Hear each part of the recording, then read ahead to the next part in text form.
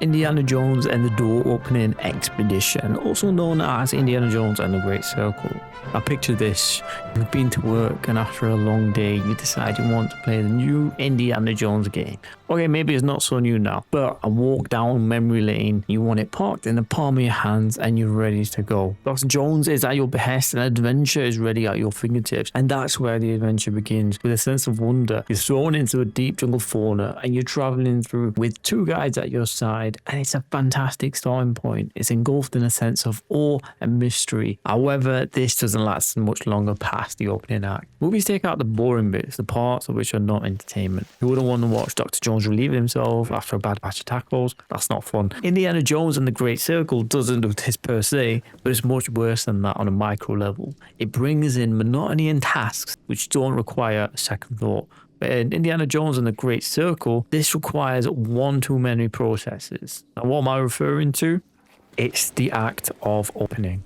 Now, you're wondering what I mean by that. What I mean by that is I don't want to put thought in having to open a door. It's a simple task that's automated, and most games know this, and therefore they don't make you think twice unless it needs lockpicking, as that what would be a translation in your mind, which I completely understand. However, a door that's already open, or one where you already have the key, I don't need to consider action to be able to open that. Now stop bringing boring actions into video games. This only serves as padding. Okay, you might think it's an enhancing gameplay experience maybe 20 years ago, but for now, I think it's time our time is respected and our intelligence is respected, because I never need to open my front door and gather complete focus in aligning the key to the door, turning the lock, then proceeding to have a supreme attention span in turning their handle with sweat dripping down my brow to then open the door.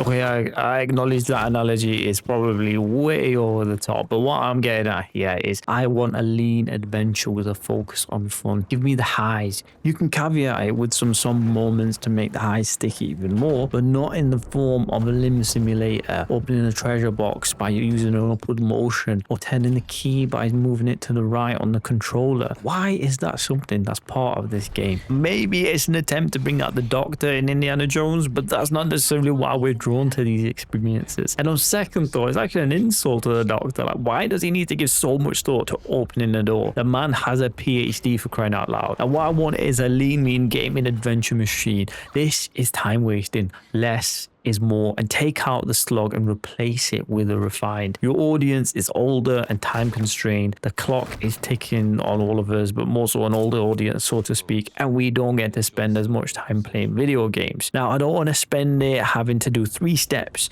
which shouldn't need a muster of thought. Second nature has been made to be a concerted thought process in this, and an experience like Indiana Jones, second nature should be at the forefront. I need to be one with wit, and in all of the actions that I'm undertaking, I want to be able to run, jump, crank out my whip, and experience the hijinks that the movies bring out. Not turn the knob of a door or open a chest and take pictures like I'm some tourist abroad. Take out the chore, and that will enable you to bring out more. I'd rather take 15 hours of entertainment. That would be a lot more appreciated than have 30 hours in a total experience, but has additional padding there. And then as things progress, the crux of the game begins to shift, and now I'm exploring. I'm actually feeling like Indiana Jones at this point. It's an underground passage, and exploration becomes fruitful. The chore is gone, and this is more of what I want in the game. Like, gone is a slog of key turns and chess balls, and this is what I'm talking about. This is what I thought I was signing up to, and not the first half of the experience there. I'm swinging my whip, I'm solving puzzles. It's an underground secret chamber. Like, why did this take so long to come about? And don't get me wrong, this could all take a turn the further I get into the game, and I could come full circle and have to turn more keys and open more doors with a concerted effort to be able to do so, and that is not what I'm really looking forward to if that's the case. Ideally, it's not going to be, but it makes me think to how much greater it could have been without the emphasis on the mundane. Now, tunnel me into the fun and take out the tasks here. Now, let's keep it going that way with the hijinks and action coupled in with mystery and stealth, and not so much on the abyss of keychains and locked doors and apple eating alongside croissant eating as well, because that is something that is in this game as well. Leaner is meaner. Now cut off the excess fat on the meat and let it boil to the simmer. Then you can serve it out and you'll end up seeing more gamers are keen to play this. If you've gone further than me or actually completed the game, I'll be intrigued to know your perspective on the rest of the game. Is it continuing on with this amazing adventure that I feel like I've been coupled with, or is it more of the initial part where I'm doing mundane tasks, or is it a combination of both? If you've got your perspective, be sure to let me know, and I'll be interested to see down in the comments what anyone has experienced here. So thank you for tuning in, very much appreciated if anyone has watched this video, and take care for now. I'll see you on the other side.